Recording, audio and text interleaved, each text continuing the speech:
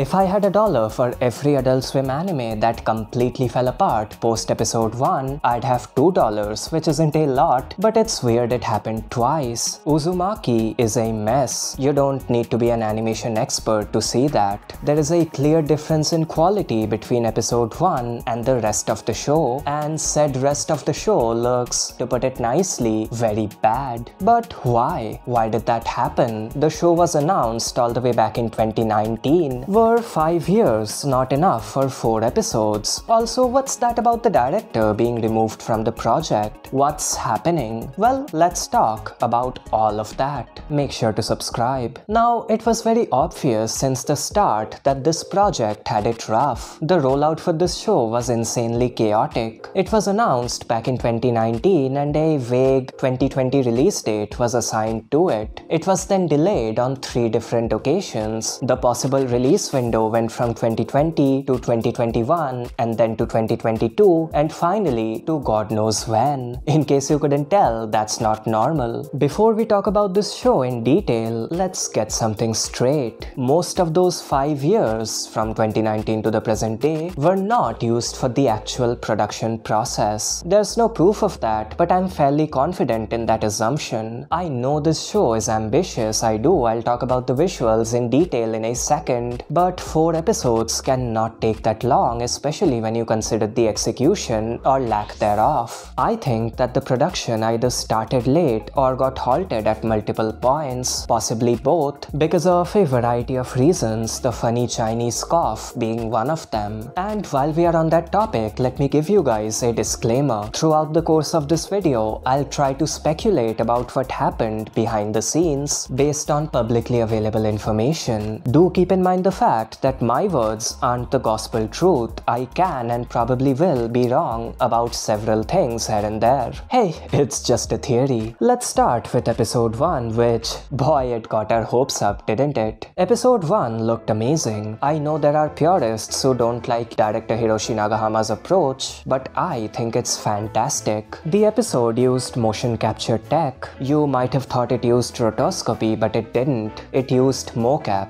Is there a difference? Yes. Rotoscopy involves an artist drawing over live action footage, while mocap is a bit more complex. In it, the actors being filmed wear specialized mocap suits which map their movements and transcribe them onto 3D models. Animators then draw over these 3D models since the final product is 2D. Mocap as a technique is more flexible. You can mess with the camera lens and angle after the fact, while with rotoscopy you are stuck with the raw footage. You can't alter it in any way. This is of course an expensive project. Yes, for once, budget actually plays a role. Besides producing an episode with a large frame count, the team also had to hire an entire motion capture unit, they had to rent an entire studio and camera equipment, and they had to hire actors. Funny thing is, episode 2, one of the bad ones, probably had a bigger budget than most traditionally good-looking shows, which goes to show just how meaningless budget is as far as anime is concerned. Anyway, back to episode 1, Nagahama had a distinct vision for the show. He, just like most people, was skeptical about the idea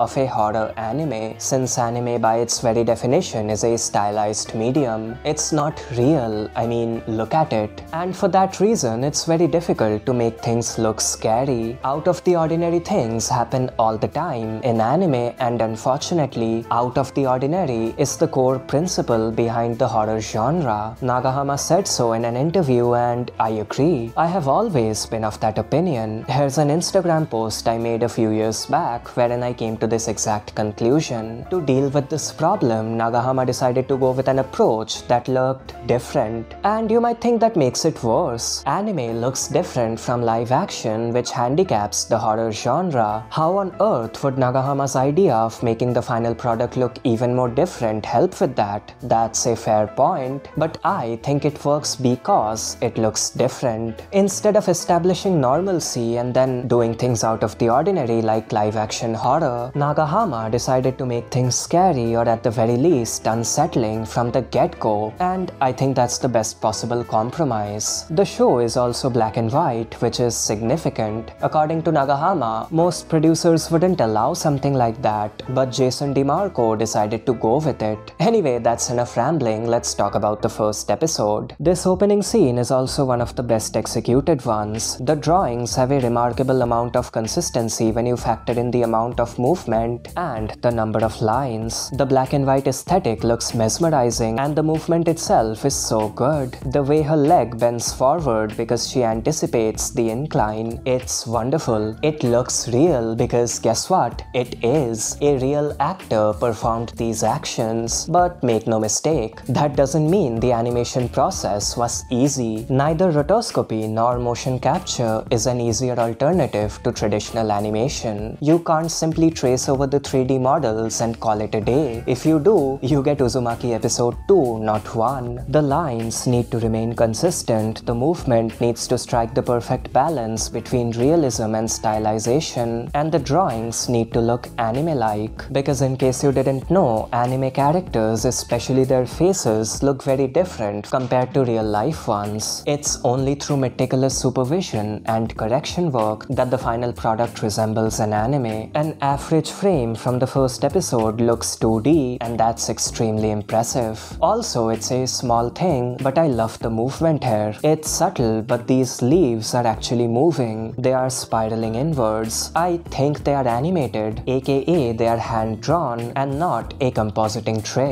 Another aspect we need to talk about is the line count. Just look at the amount of line work and hatching. Her hair alone has a larger line count than entire designs. Making all of those lines move in a somewhat consistent manner is a Herculean task, but the team pulled it off. As for the hatching, I saw a piece of doga without the lines, so I think they added the line work on top of the finished animation, maybe? I don't know, all that matters at the end of the day is the fact that it looks good. Now, I know I have praised this episode to the high heavens, but that doesn't mean it was perfect, far from it. While the close-ups and the mid-shots were great, the wide shots were quite janky. The episode struggled with full-body acting, which is to be expected. At that distance, the proportions become harder to maintain. Also, some of the character acting did look stiff. When the mocap isn't executed perfectly, the worst aspects of CGI animations start to creep in. We saw plenty of that in the second episode. I won't go through the entire thing, but I will talk about a few of my favorite cuts. I love the character acting here. Her movement feels real, but at the same time, it retains that anime charm. This cut is excellent. It's so volumetric. The line count is ridiculously high, which helps define the various parts of the face. The hatching and the shadows convey volume, and that look is complemented by the compositing. The depth of field blur on the ears conveys a sense of distance. When you have a sequence this well drawn, it's best not to clutter up the screen too much, which is why the background is completely flat.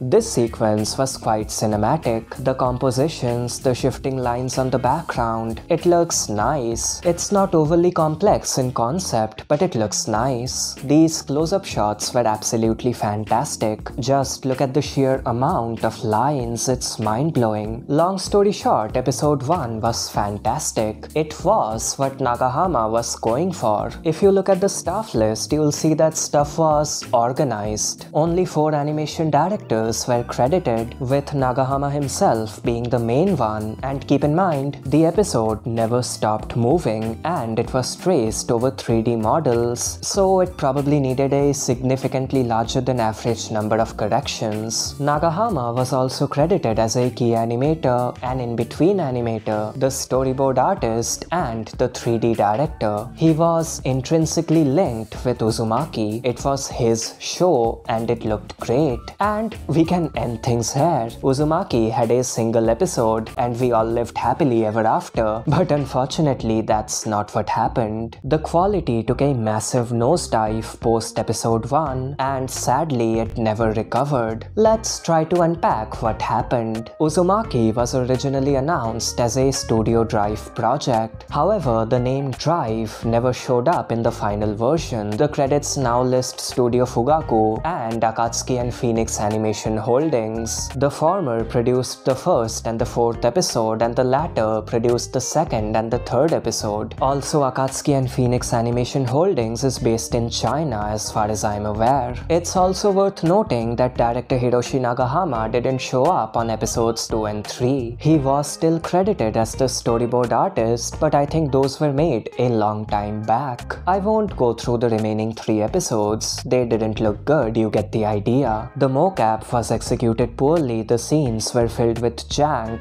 the drawings were basic 3D traces, and the whole thing looked awful. Episode 2 was the worst of the lot, while episodes 3 and 4 looked marginally better, but none of them could touch episode 1 in terms of quality. Again, you get the idea, no point in beating a dead horse. Instead, here's what I think happened behind the scenes. Here's a timeline of events based on what I could gather. Keep in mind, this is speculation. Nagahama drew the storyboards for all 4 episodes, possibly all the way back in 2019/2020. This is further corroborated by the official Uzumaki Twitter account, which shared storyboards from episode 1 all the way back in 2020. Motion capture footage was then filmed based on these storyboards, which is why I think the storyboard work was finished first, because it makes more sense to film everything in one go. The production process was then halted by the funny cough. According to Nagahama, the pandemic threw a monkey wrench in the plans and they had to restructure from the ground up.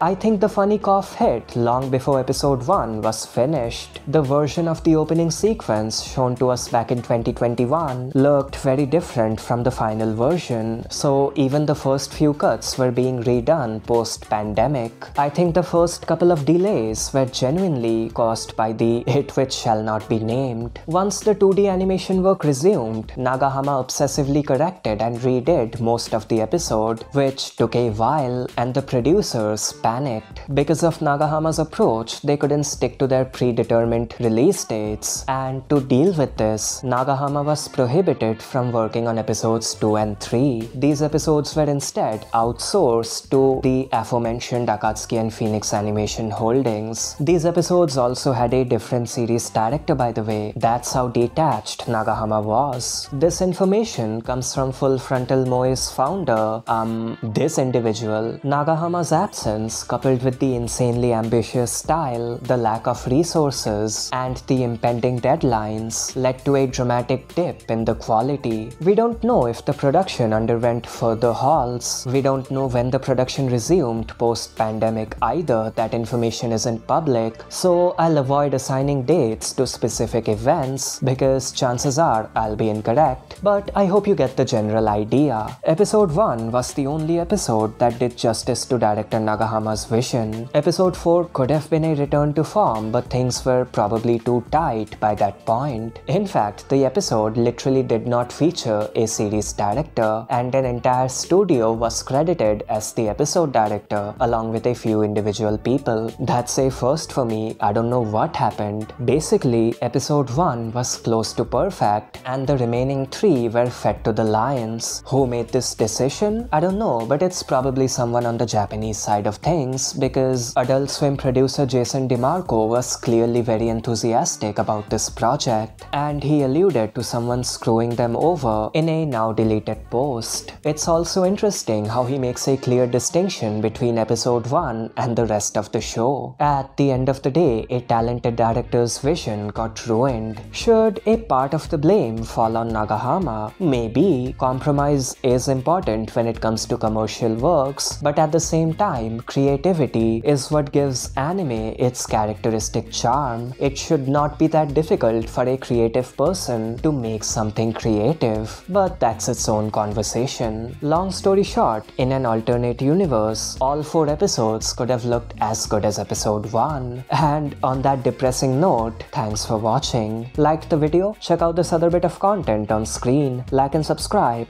and until next time.